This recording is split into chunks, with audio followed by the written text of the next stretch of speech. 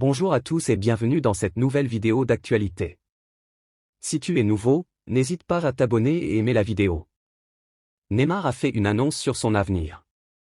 Neymar, actuellement en convalescence au Brésil après une blessure à la cheville qui a mis fin à sa saison avec le PSG, a assisté à un match de Santos, son club de cœur.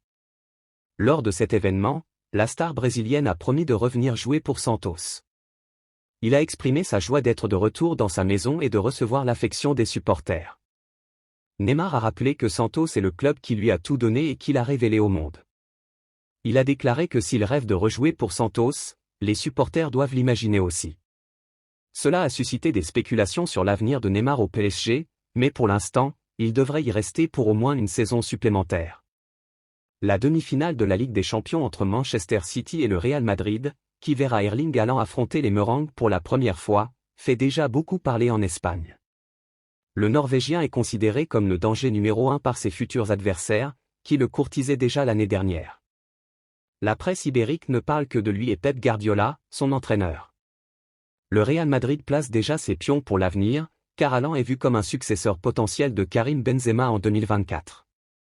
Le joueur, qui apprécie l'Espagne et est au courant des rumeurs à son sujet, dispose d'une clause libératoire de 220 millions d'euros en 2024, mais son avenir n'est pas encore lié à celui de Guardiola et Manchester City veut le blinder. Le Real Madrid sait qu'il sera difficile de le déloger, d'autant plus qu'il possède 100% de ses droits à l'image.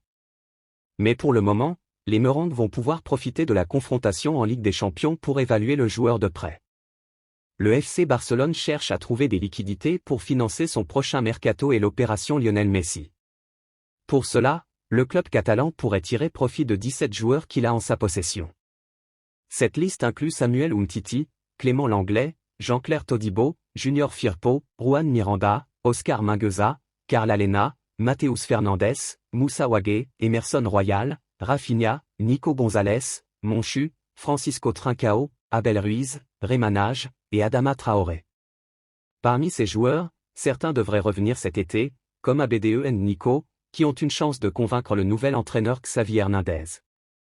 Les autres devront soit convaincre leur club actuel de les garder, soit trouver un nouveau point de chute.